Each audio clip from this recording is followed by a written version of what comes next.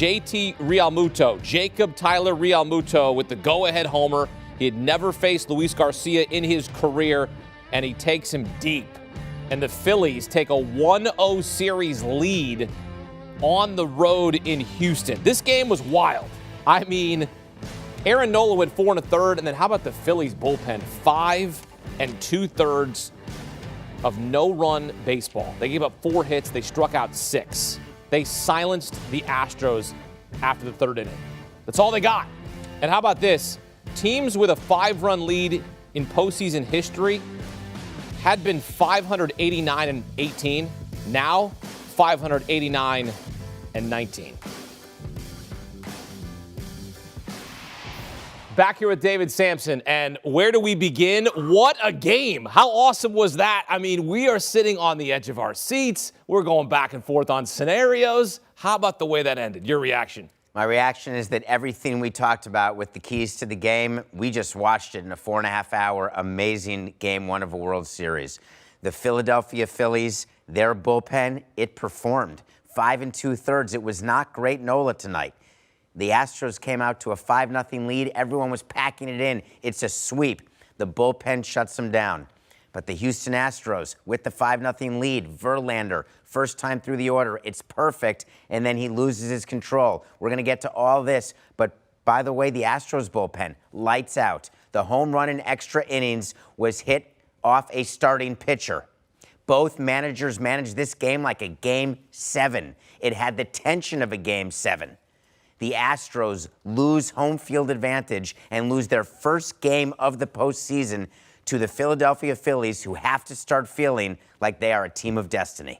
JT Realmuto tied it in the 5th on a 2-run double, then a solo home run in the 10th. And this team, I would describe them, I was telling you before we went on here, relentless. They're never out of it. They're down 5-0, and I'm sitting there going, okay, they can come back. We'll see what happens. They'll start plugging away, and they do. That's what they do. And then to talk about the defensive plays, because this team was not looked at as a great defensive team earlier in the season. Their bullpen was a question mark.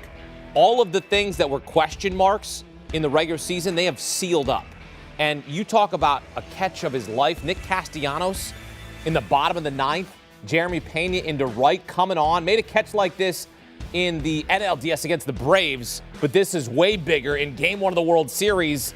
And to make a catch like that to save the game, I mean, that's incredible out of Nick Castellanos. It's a do-or-die catch, and he is a below-average fielder, and he got a break on the ball. He played a little bit more shallow. We couldn't see it there, but Schwarber actually motioned for him to go in a little bit. That sort of flare off the bat, that's generally going to drop in. But in a situation like that, postseason, where it's the end of a game, you're going to go out and you're going to die for it. You're not going to let it drop in front of you. And he came up with the catch. That was critical. That gets the game to the 10th inning. Because of the way the bullpens were used, Dusty Baker had no choice but to go to Garcia, the Game 3 or Game 4 starter, likely Game 4. He comes in, he does the rocking motion. We taught the players, and JT was one of the players, had him when he was young. When you're facing a pitcher you've never seen, we're going to show you video of him, and they've looked at video, but it's not the same. He had never seen him live. What do? You take pitches. That's what JT did. It put him in a position to see it better, time it better, and then he gets the home run to right field just over the reach of Tucker, who made a game-saving grab. Remember, with Aaron Judge against the Yankees, this one was about 8 inches higher. This looked like it was going to be the Kyle Tucker game. It turned out to be the JT Realmuto game. We haven't even mentioned Tucker's name. We just did. 2 home runs. 5 RBI, 4 or 5. 4 RBI. Yep. Solo home run. It gets the Astros going. Then he hits a 3-run home run, gives them a 5-0 lead. Game over. You've got Verlander into the Astros bullpen, and you don't even think they're going to have to go to Montero or Presley today. We're going to cruise to victory, and that's it. Then all of a sudden, the Phillies say, listen, we have enough innings left. Let's just try. And when Verlander lost his fastball command, the swings and misses stopped, and that's when the comeback started. The comeback was incredible because, again, this team is this never say die. You go back to game 1 of the wild card series against the Cardinals in the 9th inning. Bryce Harper working a walk on a 1-2 count. They score 6 in the 9th. This team doesn't quit. This is why fans that maybe don't have a dog in the fight are rooting for the Phillies, because they love this underdog team. They like seeing a team that's never going to say die. They're going to come up in clutch moments, and that's what the Phillies have done throughout the postseason, and it continues here in Game 1 of the World Series. The bullpen management, A+ for Rob Thompson. Would you give him that high of a grade for what he did? I'm not going to grade the result. Okay. I want to grade the process. The result's an A+. The process was about a B, and here's why. He emptied the bullpen and pitched on the road as though he were at home. In a tie game, he was bringing in the back end of his bullpen in the 5th inning and the 6th inning. And all of a sudden, he had to have his closer get multiple innings, 5 outs. He had to have his setup guy go over an inning. And then he had to go all the way to Robertson to close the game. That's the problem. It worked today. What if they hadn't won the game? What do you do then? Then you've got a game tomorrow where you have to get the split. You're second-guessing Rob Thompson. So that's what we call managing desperately. Look at the bullpen usage here, 5 2/3. That's his winning bullpen. Ranger Suarez is a starter, and then Sir Anthony is the closer, but Robertson got the save. So for me, I'm looking at this and saying, it's a good thing they won. Now you go into game 2, and you just empty it again. Here's what we said to our players back in the day. Just keep pitching. We're going to keep throwing you out there. Starters are going to pitch in the bullpen. You may be in the bullpen one day and start the next day. The end is near. We've got 7 more games, now 6 more games at most. Just keep going. And that's how Rob Thompson managed today. Yeah, the Phillies bullpen was a punchline. You turn it over to the Phillies bullpen early in the season, you're like, they're not winning this game. That's why they started 22-29.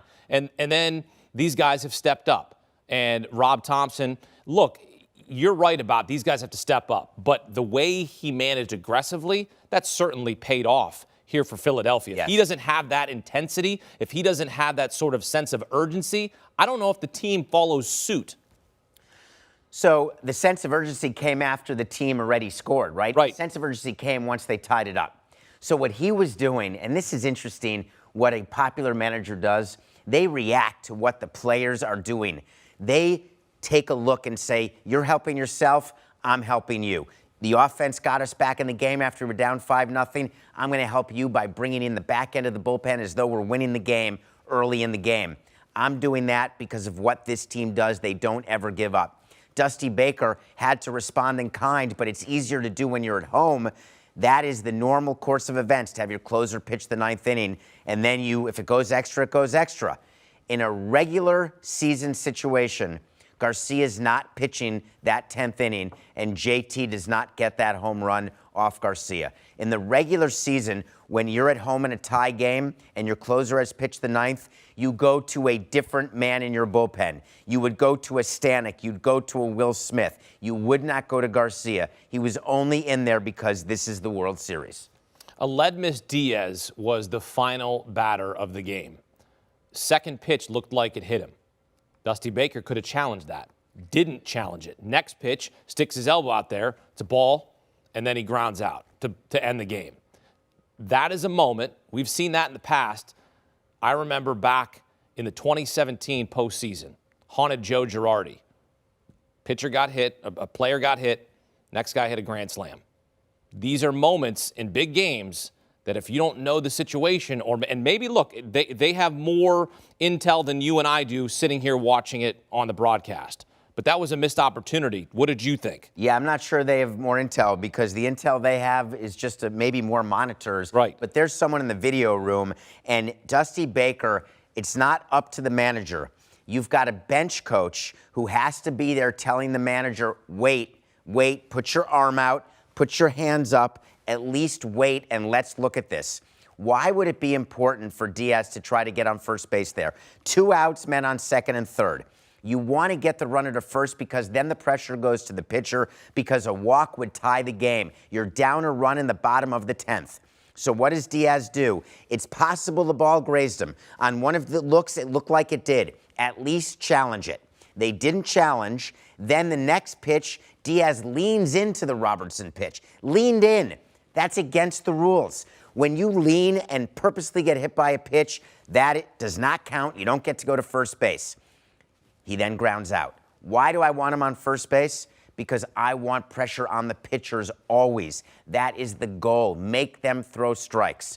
It just wasn't to be today. It wasn't smart. The game goes fast. When you have a chance to challenge something, second time in the postseason, Dermish. Remember when, of course, we're not going to get it. Terry Francona, your team. Yes. They did not challenge when they should have. Right. We saw this again tonight. I believe a challenge should have been done. You load the bases there and see what happens. Well, the only way I can connect the mistake back in 2017, that was in Cleveland, and the batter was Lonnie Chisenhall in the 2017 ALDS. The manager was Joe Girardi, who was fired by the Phillies earlier this season, and Rob Thompson took over, and now they are 3 wins away from a World Series title. Let's point out something about Rob Sure. Thompson. When Joe Girardi manages a team that's down 5-0, the players tighten up even more than they are, and the comebacks like that are not common.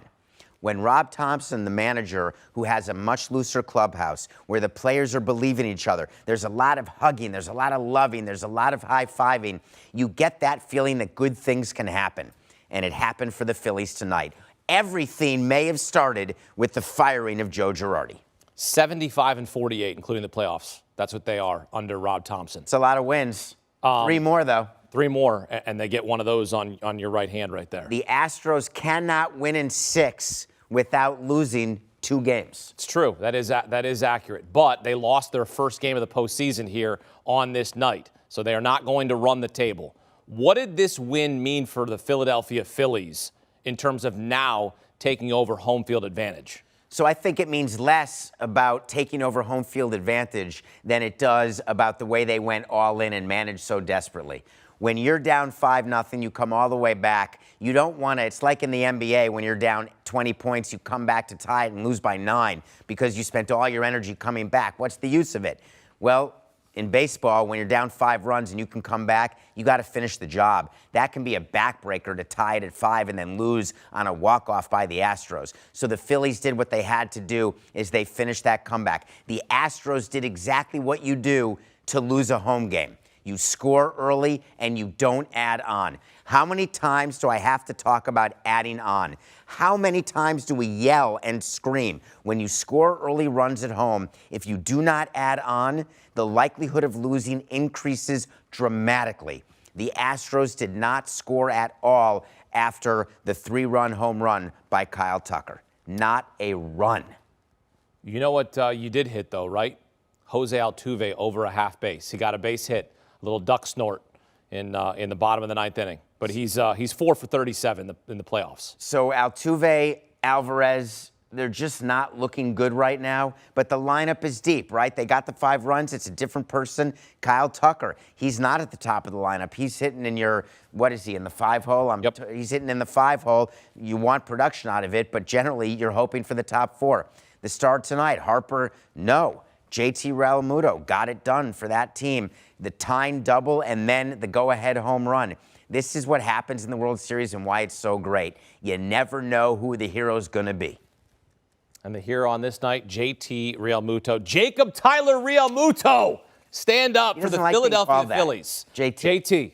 But I want to give him the full name because I have full respect for what he did on this night in Game 1 of the World Series. The Phillies now 3 wins away from their first World Series title since 2008. Here we go. Game 2 back in Houston Saturday night, followed by games 3, 4, and 5 in Philadelphia. Game 2 starters Zach Wheeler against Framber Valdez. We'll have full pregame and postgame coverage before and after every World Series game right here on CBS Sports HQ. David, great job. Do you want a sports network that delivers everything that matters about the game? The highlights, the picks, the instant analysis, no yelling, no fake debates, no politics. Hit the subscribe button and never miss a moment.